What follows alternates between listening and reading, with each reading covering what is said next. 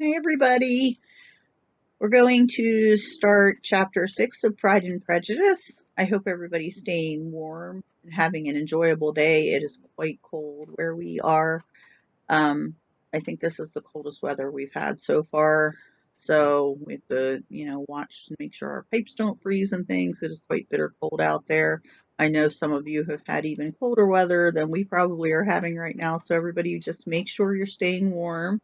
For those of you that are in different areas of the world where you're actually warm, hopefully you're not too warm and you're staying cool. Maybe we could send some of our coolness your way. So we're just going to continue to read Pride and Prejudice at this time and look forward to our Advent that I believe starts on the 26th. I think that's what the day this was published. So that's the day the Advent will start. And we will be sharing the things that Jasmine opens that came in her Pride and Prejudice 1995. Uh, it's related to Pride and Prejudice 1995 and see what the Advent brings each day. So we'll be enjoying that. If you are enjoying our videos, then please hit the thumbs up below and subscribe if you have not. Change the little bell notification. We want to thank everybody that's coming back to our content, and we really, really appreciate you. We cannot believe that we've already gotten our 100 subscribers so far, and we look forward to providing more content to you in the future. We really appreciate everything and all the support that the Yarny community has given to us. If you are not subscribed to our channel, then if you're interested in our content, please hit the subscribe button below so that you're not missing things. Thank you. All right, we're going to go on to chapter 6. If you've missed the previous chapters, then please scroll down in our video list and find it's very clearly written, Pride and Prejudice, chapter 1 and 2. So you can start there and move forward. We will keep them on for a while after they've been published up onto the YouTube website. All right, chapter 6. So far we've gotten we've had a ball, and the family has met the Mr. Bingley and Mr. Darcy and Mr. Bingley's sisters, and so we have the two main families that we've met so far, and we've also met some other people, including the neighbors of the Bennets, which are one of the main families here. And we're going to continue reading on and see what happens. The ladies of Longbourn soon waited on those of Netherfield. The visit was soon returned in due form. Miss Bennet's pleasing manners grew on the goodwill of Mrs. Hurst and Miss Bingley, and though the mother was found to be intolerable, and the younger sisters not worth speaking to, a wish of being better acquainted with them was expressed toward the two eldest. By Jane this attention was received with the greatest pleasure, but Elizabeth still saw superciliousness in their treatment of everybody, hardly excepting even her sister, and could not like them, though their kindness to Jane, such as it was, had a value as arising in all probability from the influence of their brother's admiration. It was generally evident whenever they met that he did admire her, and to her it was equally evident that Jane was yielding to the preference which she had begun to entertain for him from the first, and was in such a way to be very much in love. But she considered with pleasure that it was not likely to be discovered by the world in general, since Jane united, with a great strength of feeling, a composure of temper and a uniform cheerfulness of manner which would guard her from the suspicions of the impertinent. She mentioned this to her friend Miss Lucas. It may perhaps be pleasant, replied Charlotte, to be able to impose on the public in such a case, but it is sometimes a disadvantage to be so very guarded. If a woman conceals her affection with the same skill from the object of it, she may lose the opportunity of fixing him, and it will soon then be but poor consolation to believe the world equally in the dark. There is so much of gratitude or vanity in almost every attachment, though it not safe to leave any to itself. We can all begin freely, a slight preference is natural enough, but there are very few of us who have heart enough to really be in love without encouragement. In 9 cases out of 10, a woman had better show more affection than she feels. Bingley likes your sister undoubtedly, but he may never do more than like her if she does not help him on. but she does help him on, as much as her nature will allow. If I can perceive her regard for him, he must be a simpleton, indeed, not to discover it, too. Remember, Eliza, that he does not know Jane's disposition as you do. But if a woman is partial to a man and does not endeavor to conceal it, he must find it out. Perhaps he must, if he sees enough of her. But though Bingley and Jane meet tolerably often, it is never for many hours together, and as they always see each other in large mixed parties, it's impossible that every moment should be employed in conversing together. Jane should therefore make the most of every half hour in which she can command his attention. When she is secure of him, there will be more leisure for falling in love as much as she chooses. Your plan is a good one, replied Elizabeth, where nothing is in question but the desire of being well married. And if I were determined to get such a rich husband, or any husband, I dare say, I should adopt it. But those are not Jane's feelings. She is not acting by design. As yet, she cannot even be certain of the degree of her own regard, nor of its reasonableness. She has only known him a fortnight. She danced 4 times with him at Meryton. She saw him one morning at his own house, and has since dined with him in company 4 times. This is not quite enough to make her understand his character.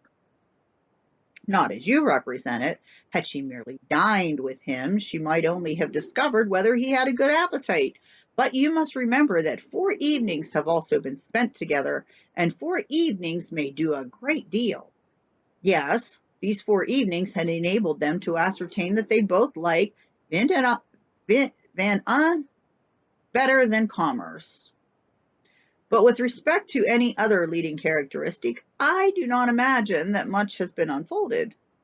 Well, said Charlotte, I wish Jane success with all my heart, and if she were married to him tomorrow, I should think she has had a good chance of happiness, as if she were to be studying his character for a 12-month. Happiness in marriage is entirely a matter of chance. If the dispositions of the parties are ever so well known to each other, or ever so similar beforehand, it does not advance their felicity in the least.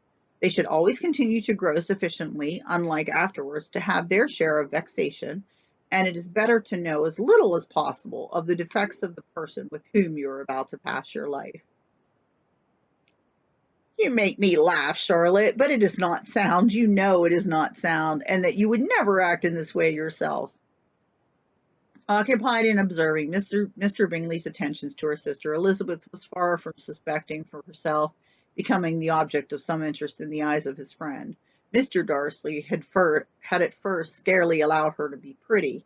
He had looked at her without admiration at the ball, and when they met next, he looked at her only to criticize. But no sooner had he made it clear to himself and his friends that she hardly had a good feature on her face, then he began to find it was rendered uncommonly intelligent by the beautiful expression of her dark eyes. To this discovery succeeded some others equally mortifying. Though he had detected with a critical eye more than one failure of perfect symmetry in her form, he was forced to acknowledge her figure to be light and pleasing, and in spite of his asserting that her manners were not those of a fashionable world, he was caught by their easy playfulness. Of this she was perfectly unaware. To her he was the only man who made himself agreeable nowhere, and who had not thought her handsome enough to dance with. He began to wish to know more of her, and as a step toward conversing with her himself, attended to her conversation with others. His doing so drew her notice. It was at Sir William Lucas's, where a large party was assembled. What does Mr. Darcy mean, said she to Charlotte, by listening to my conversation with Colonel Forster? That is a question which Mr. Darcy can only answer. But if he does it any more, I shall certainly let him know that I see what he is about. He has a very satirical eye, and if I do not begin by being impertinent myself, I shall soon grow afraid of him. On his approaching them soon afterwards, though without seeming to have any intention of speaking, Miss Lucas defied her friend to mention such a subject to him, which immediately provoking Elizabeth to do it, she turned to him and said, Did you not think, Mr. Darcy, that I expressed myself uncommonly well just now, when I was teasing Colonel Forster to give us a ball at Meryton? With great energy, but it is always a subject which makes a lady energetic. You are severe on us. It will be her turn Soon to be teased, said Miss Lucas. I am going to open the instrument, Eliza, and you know what follows. You are a very strange character by way of a friend, always wanting me to play and sing before anybody and everybody. If my vanity has taken a musical turn, then you would have been invaluable. But as it is, I would really rather not sit down before those who must be in the habit of hearing the very best performers. On Miss Lucas's persevering, however, she added, very well, if it must be so, it must, and gravely glancing at Mr. Darcy, there's a fine old saying, which everybody here is of course familiar with. Keep your breath to cool your porridge, and I shall keep mine to swell my song. Her performance was pleasing, though by no means capital. After a song or two, and before she could reply to the entreaties of several that she could sing again, she was eagerly succeeded at the instrument by her sister Mary, who, having, in consequence of being the only plain one in the family, worked hard for knowledge and accomplishments, which was always impatient for display. Mary had neither genius nor taste, and though vanity had been given her appreciation, it had been given her likewise a pedantic air and conceited manner which would have injured a higher degree of excellence than she had reached. Elizabeth, easy and unaffected, had been listened to with very much pleasure, though not playing half so well, and Mary, at the end of her long concerto, was glad to purchase praise and gratitude by Scotch and Irish airs, at the request of her younger sisters, who, with some of the Lucases and 2 or 3 officers, joined eagerly in dancing at the end of the room. Mr. Darcy stood near them in silent indignation at such a mode of passing the evening, to the exclusion of all conversation, and was too much engrossed by his thoughts to perceive that Sir William Lucas was his neighbour, till Sir William thus begun. What a charming amusement for young people this is, Mr. Darcy! There is nothing like dancing after all. I consider it as one of the fine refinements of polished society. Certainly, sir, and it has the advantage also of being in vogue among the less polished societies of the world. Every savage can dance.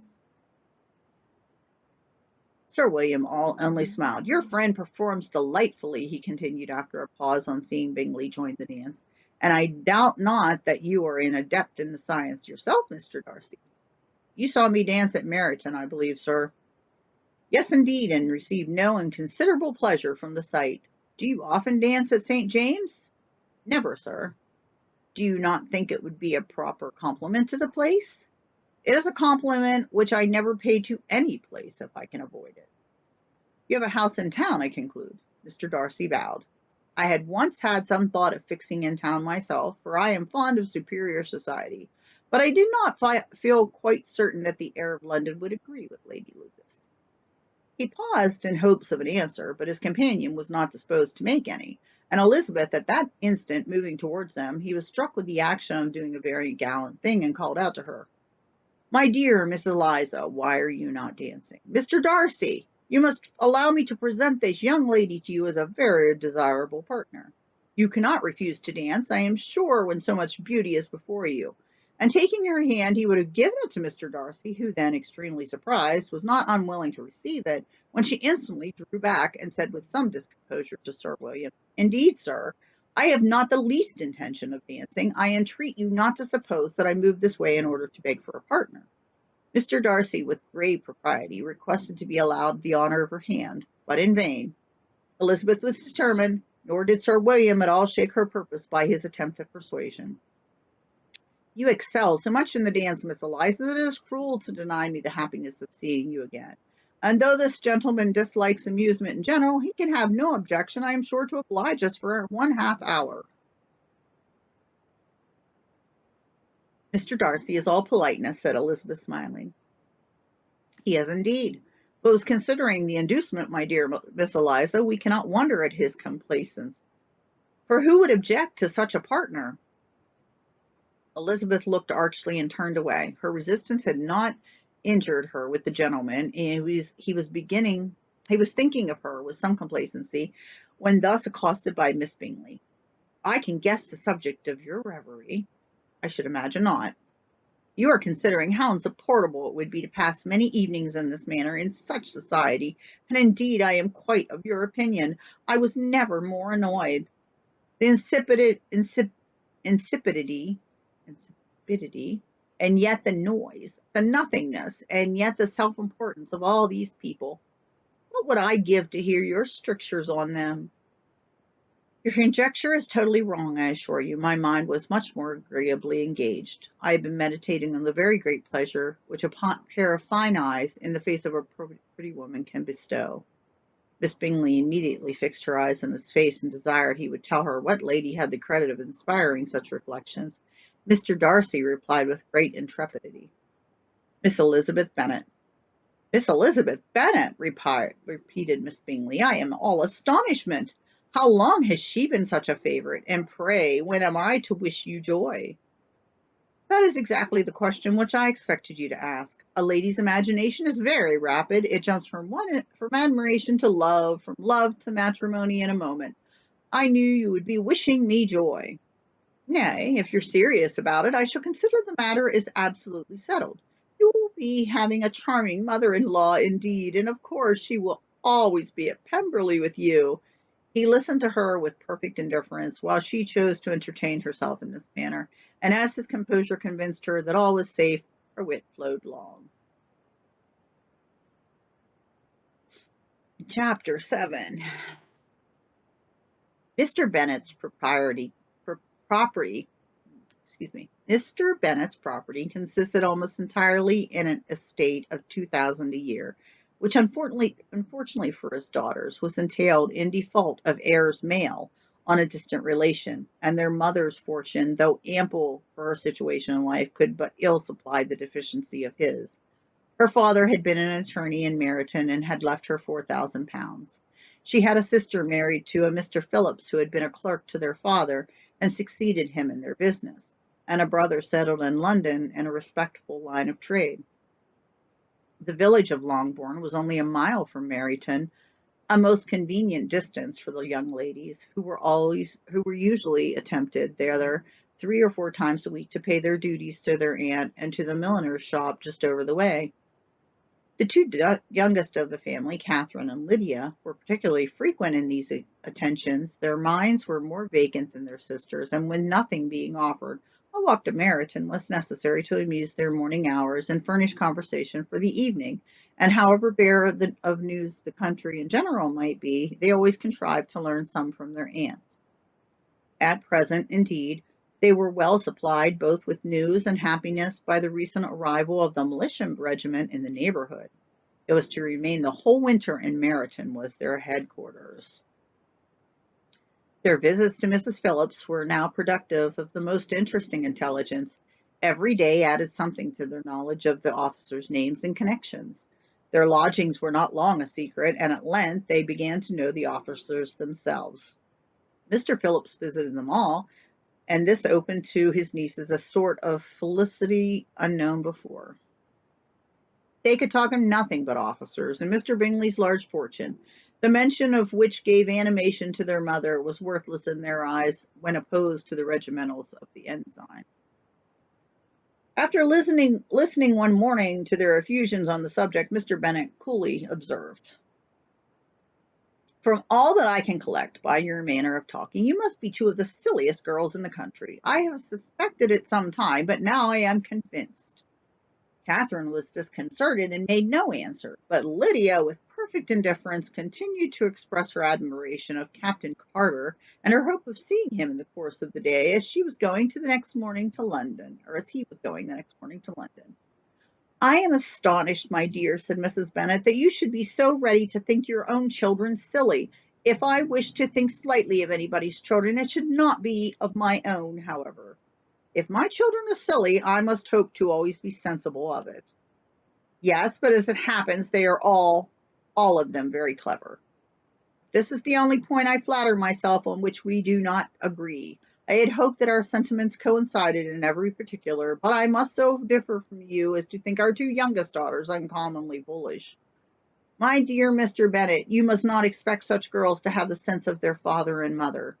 When they get to our age, I dare say they will not think about officers any more than we do. I remember the time when I liked a red coat myself very well, and indeed so I do still at my heart. And if a smart young colonel with 5,000 or 6,000 a year should want one of my girls, I shall not say nay to him. And I thought Colonel Forrester looked very becoming the other night at Sir William's in his regimentals.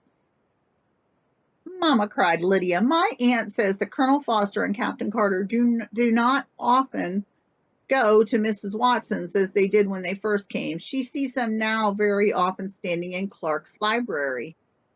Mrs. Bennet was prevented replying from the entrance of the footman with a note for Miss Bennet. It came from Netherfield, and the servant waited for an answer. Mrs. Bennet's eyes sparkled with pleasure, and she was eagerly calling out while other daughters read. Well, Jane, who is it from? What is it about? What does he say? Well, Jane, make haste and tell us. Make haste, my love. It is from Miss Bingley, said Jane, and then read it aloud. My dear friend, if you are not so compassionate as to dine the day with Louisa and me, we shall be in danger of hating each other for the rest of our lives, for the whole day's tete-a-tete between two women can never end without a quarrel. Come as soon as you can on receipt of this. My brother and the gentlemen are to dine with the officers. Yours ever, Caroline Bingley. With the officers, cried Lydia. I wonder my aunt did not tell us of that. Dining out, said Mrs. Bennet. That is very unlucky. Can I have the carriage, said Jane. No, my dear, you'd better go on horseback, because it seems likely to rain, and then you must stay all night. That would be a good scheme, said Elizabeth, if you were sure that they would not offer to send her home. Oh, but the gentlemen will have Mr. Bingley's chaise to go to Meryton, and the Hursts have no horses to theirs. I had much rather go in the coach. Well, my dear, your father cannot spare the horses, I am sure. They are wanted in the farm, Mr. Bennet, are they not? Oh, they are much wanted in the farm, much oftener than I can get them. But if you have got them today, said Elizabeth, my mother's purpose will be answered. She did at last extort from her father an acknowledgment that the horses were engaged. Jane was therefore obliged to go on horseback, and her mother attended her to the door with many cheerful prognostics of a bad day. Her hopes were answered. Jane had not been gone long before it rained hard. Her sisters were uneasy for her, but her mother was delighted. The rain continued the whole evening without intermission, and Jane certainly could not have come back. This was a lucky idea of mine, indeed, said Mrs. Bennet more than once, as if the credit of making it rain were all her own. Till the next morning, however, she was not aware of all the felicity of her contrivance. Breakfast was scarcely over when a servant from Netherfield brought the following note for Elizabeth. My dearest Lizzie, I find myself very unwell this morning, which I suppose is to be imputed to my getting wet through yesterday.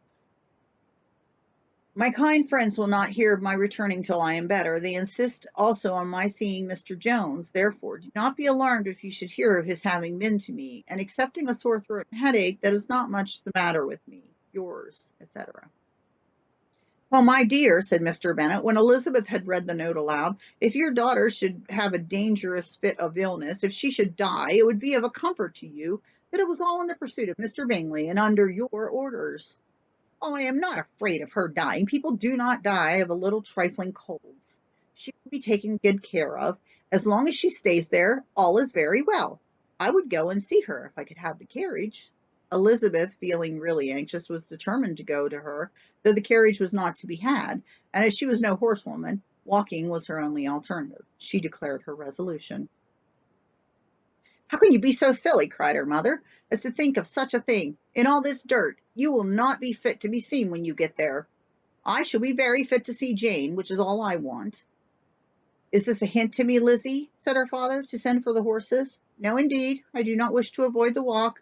The distance is nothing when one has motive, only 3 miles. I shall be back by dinner.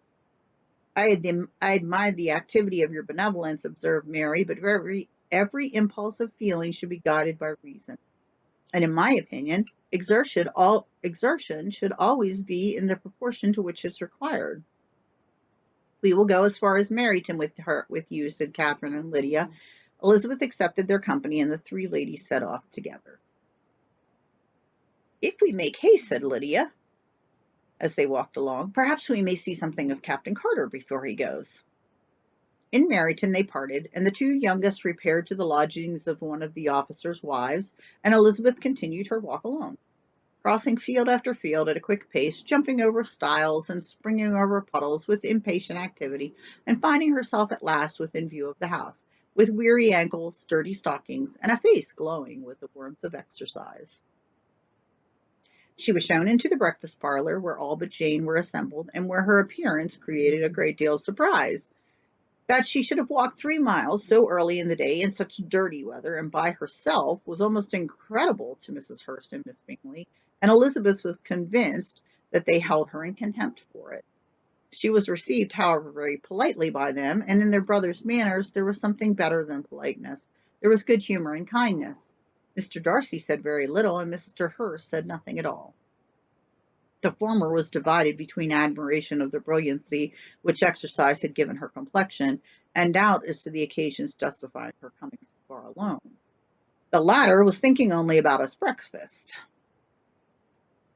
Her inquiries after her sister were not very favourably answered. Miss Bennet had slept ill, and though up was very feverish, and not well enough to leave her room.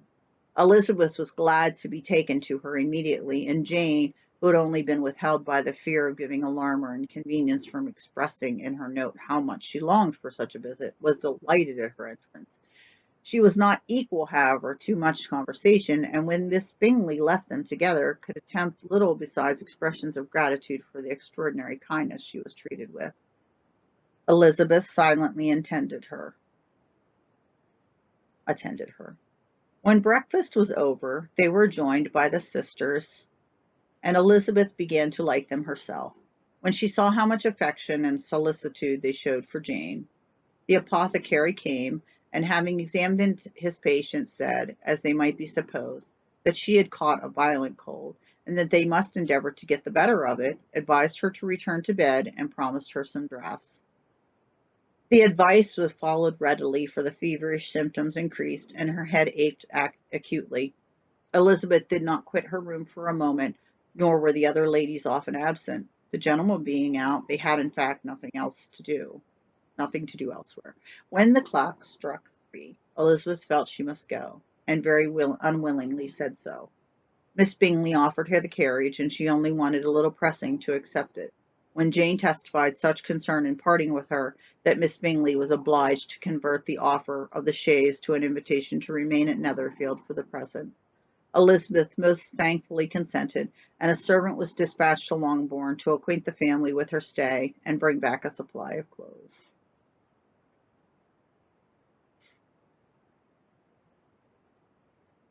Okay, we are going to end there, and we will get to chapter 8 tomorrow. I love this story. It's amazing to me the time period that it occurs in, how people thought and how people acted, and just the way that these interactions happen, and the beliefs that people had back then, about what people should and shouldn't be doing or behaving like in different types of relationships and different stations in life. So I do love this story. Hopefully we've come a long way in not acting these ways and expecting each other to act these ways. But I do like the courteousness that people tended to work towards back then. All right, so we will be seeing you again soon for chapter 8. Everybody have a great day.